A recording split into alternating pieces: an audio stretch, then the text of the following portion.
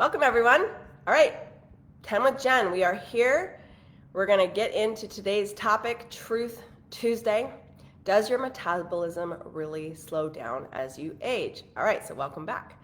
I'm Jen O'Sullivan, your board-certified naturopathic practitioner. I'm a best-selling author and someone who has spent the past 2 decades helping you guys rethink what you believe about health. Okay, so my mission is simple, and you guys have heard this already, but I want to remind you, it's to help you rethink wellness by getting back to the way that God designed your body and your mind and your spirit all in one to function. Okay, grab your glass of water. Take a sip. I also want you to take a deep breath. And let's spend the next 10 minutes together. Okay, so today is Truth Tuesday, right? We're going to tackle one of the biggest myths in modern health. And you've probably heard this 100 times. My metabolism just isn't what it used to be, or I'm getting older and my metabolism has slowed down. Most people do accept that statement as fact. The question is it true? We're always asking, is that true? And the answer is not exactly. And here's what research has shown. We have to look at what the research has shown, okay? Our metabolism certainly changes from like when you're an infant through childhood because you're growing rapidly. It actually settles into adulthood, and surprisingly, for most healthy adults, resting metabolism remains remarkably stable from about the age of 20 clear through into your 60s.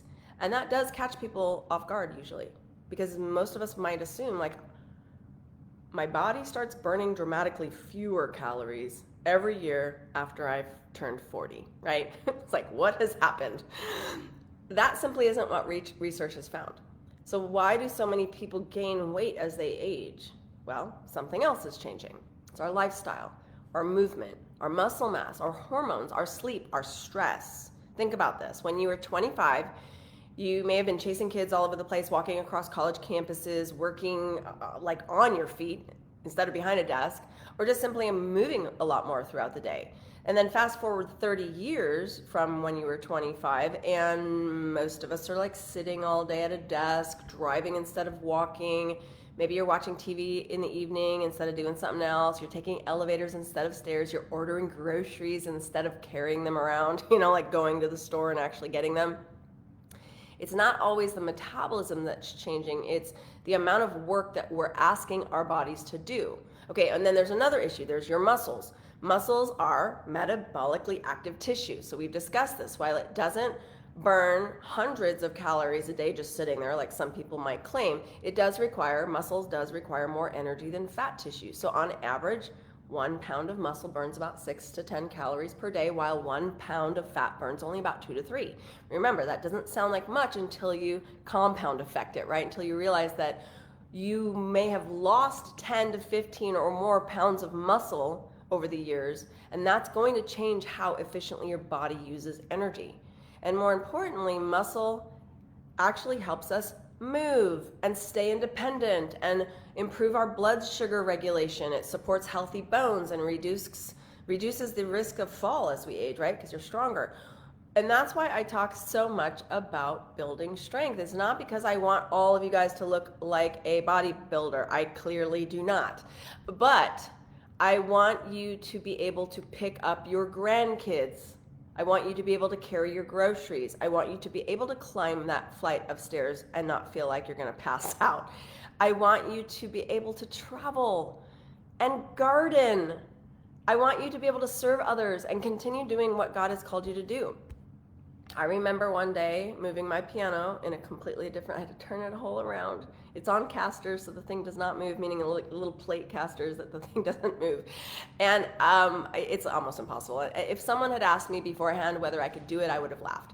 But when it needed to be done, I did it, because sometimes we are capable of far more than we believe.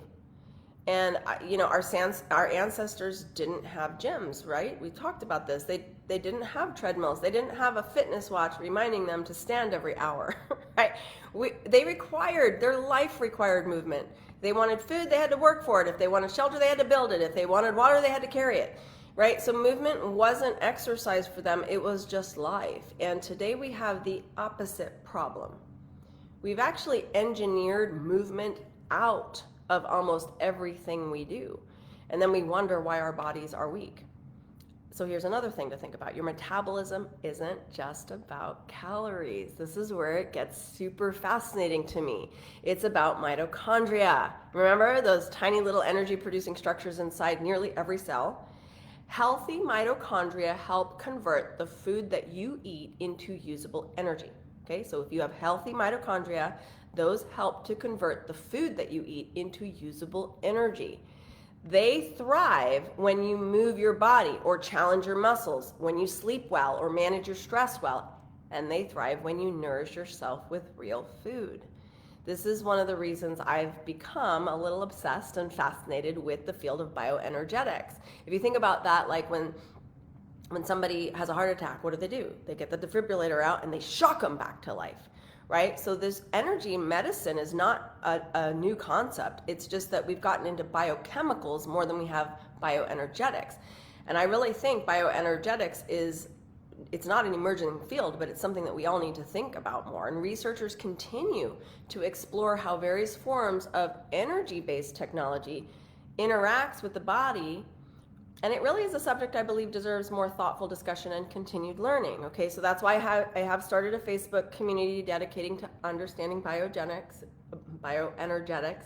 and it's completely free to join and explore. So feel free to let me know if you want to join that. Okay, but I want you to also consider this. Your body was designed to adapt, right? And it's amazing when you think about the human body and how it responds to what you ask of it. So when you challenge it, it becomes stronger.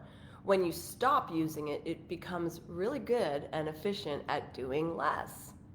Okay, 1 Corinthians 6:19-20 reminds me and you that our bodies are temples of the Holy Spirit, right? The Holy Spirit lives inside me. That doesn't mean I need to worship my body. It means I need to steward the temple well, right?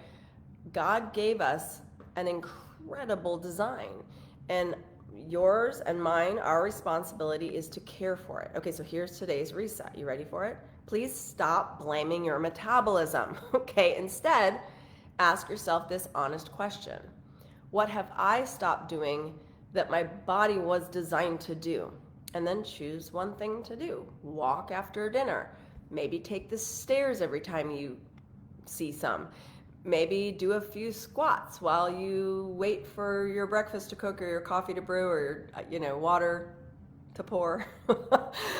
Some of us sit there and have to wait for the water to pour. I want you to lift something heavy. Maybe build a little more muscle. Okay, your body is incredibly adaptable. Give it a reason to become stronger. If you're ready for more than just one step, I want to invite you to do the 90-day metabolic reset in this book, okay, the Ketovore 24. This isn't another crash diet. It's a step-by-step journey designed to help you rebuild your metabolism. And it focuses on real food, preserving and building muscle, improving insulin sensitivity, and creating actual sustainable habits that are going to support the way God designed your body to function, okay? So over the 90 days, you're going to learn to fuel your body instead of fight it. And that's the thing. I want you to restore what's called metabolic flexibility, one step at a time. The first 30 days, you're going to remove foods that commonly drive inflammation.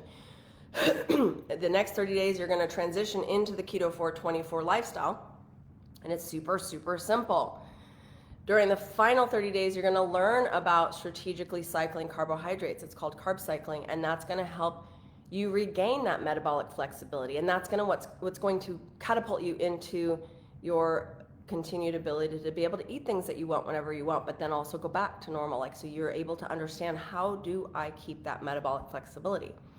We have to think about lasting health isn't ever just about one thing, because we're trying to all along the way focus on building muscle, improving your body by moving it every day, considering your sleep habits and staying hydrated, considering your stress, renewing your mindset. Like, there's all sorts of things that kind of create this healthy habit lifestyle that is not hard. It just becomes part of who you are. I want you to think about this. Your metabolism is not your enemy. Your metabolism is your body's engine. So treat it well, and it's going to serve you well. Okay, so tomorrow is Wellness Wednesday. We're going to talk about a very interesting topic in health, inflammation. Is all inflammation bad? Well, you'll find out tomorrow. Okay, until then, take care and be blessed.